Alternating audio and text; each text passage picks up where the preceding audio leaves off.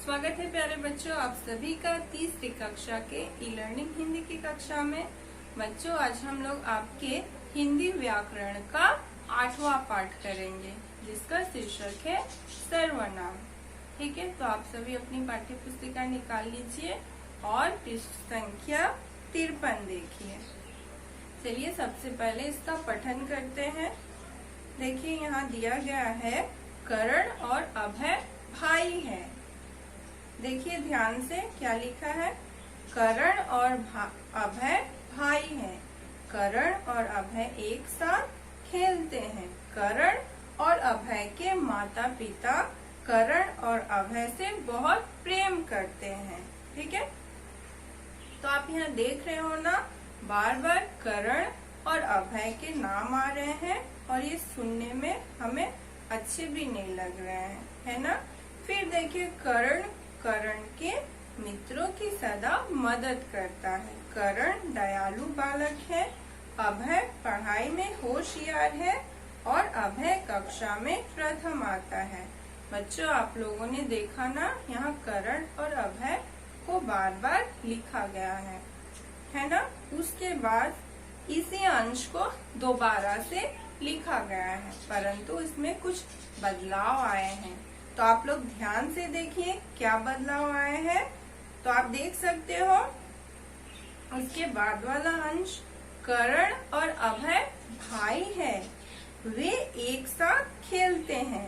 आपने देखा ना, यहाँ पर दूसरी लाइन में क्या है, दूसरी लाइन में जहाँ है करण और भाई अभय एक साथ खेलते हैं, उसकी जगह में करण और अभय के जगह में क्या आया, वे। हाँ, करण और अभय के जगह में क्या आया, वे। उसके बाद देखिए उनके माता पिता, फिर से करण और अभय के जगह में क्या आया, उनके माता पिता उनसे बहुत प्रेम करते हैं। करण अपने मित्रों की सदा मदद करता है। करण अपने, है ना।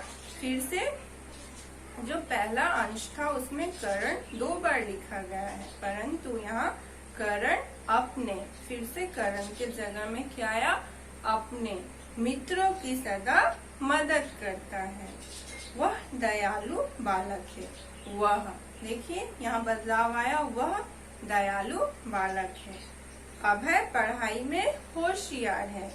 अब देखिए अभय के जगह में क्या आया, वह कक्षा में प्रथम आता है। तो बच्चों, हम लोगों ने यहाँ क्या क्या देखा, पहले अंश से दूसरे अंश की तुलना करेंगे। ठीक है, जो पहला पैराग्राफ है उससे दूसरे पैराग्राफ की तुलना करेंगे। तो हम लोगों ने देखा यहाँ पर कौन कौन सा नया शब्द आया है। पहला है वे, दूसरा कौन सा शब्द है, उनके,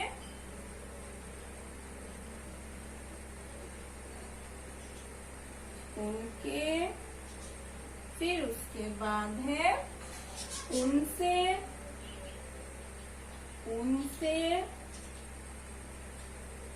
फिर देखिए कौन सा शब्द आया, उनसे, अपने,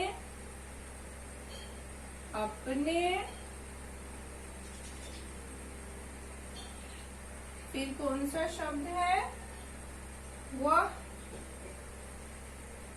और उसके बाद अंतिम शब्द कौन सा है, वह। अंतिम शब्द भी वह है। ठीक है, तो पहले अंश से दूसरे अंश की तुलना करने पर हमें ये नए शब्द मिले। ठीक है, तो बच्चों हम लोगों ने क्या देखा, आपने दोनों अनुच्छेद ध्यान से पढ़े, यानी दोनों अंश आपने ध्यान से पढ़े।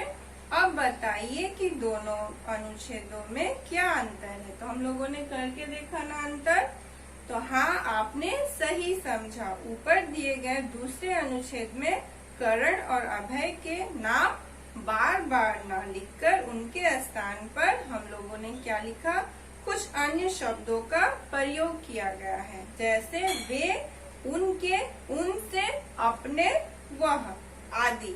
यह शब्द सर्वनाम है। यही शब्द क्या है? सर्वनाम है। ठीक है। करण और अभय के नाम के जगह पर यह नए शब्द आए, यह शब्द ही क्या है? सर्वनाम है। ठीक है। सर्व यानी सभी का और जोड़ नाम, इससे क्या बना? सर्वनाम। अब आइए पृष्ठ संख्या 54। सर्वनाम का प्रयोग करने में भाषा सरल और सुंदर हो जाती है ना। जब हम लोगों ने पहला अंश पढ़ा था तो हमें यह अंश सुंदर और अच्छा या सरल नहीं लगा, परंतु जब हम लोगों ने दूसरा अंश पढ़ा तो वो हमें सुंदर और सरल लगा, है ना बच्चों। तो अब आइए सर्वनाम की परिभाषा क्या बनी? संज्ञा के स्थान पर जिन शब्दों का प्रयोग किया जाता है वे शब्द सर्वनाम कहलाते हैं। ठीक है। संज्ञा के स्थान पर जिन शब्दों का प्रयोग किया जाता है उसे ही सर्वनाम कहते हैं। तो संज्ञा शब्द यहाँ क्या है? करण और अभय। इसके जगह में हम लोगों ने सर्वनाम शब्द लिखे, जैसे या सर्वनाम शब्द पढ़े वे, उनके, उनसे, अपने, वह। ठीक है। यह क्या है? सर्वनाम शब्द है।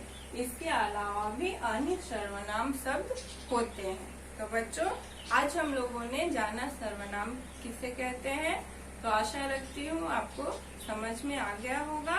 तो आज के लिए यहीं तक। अगली कक्षा में हम लोग एक नए अंश के साथ मिलेंगे। धन्यवाद।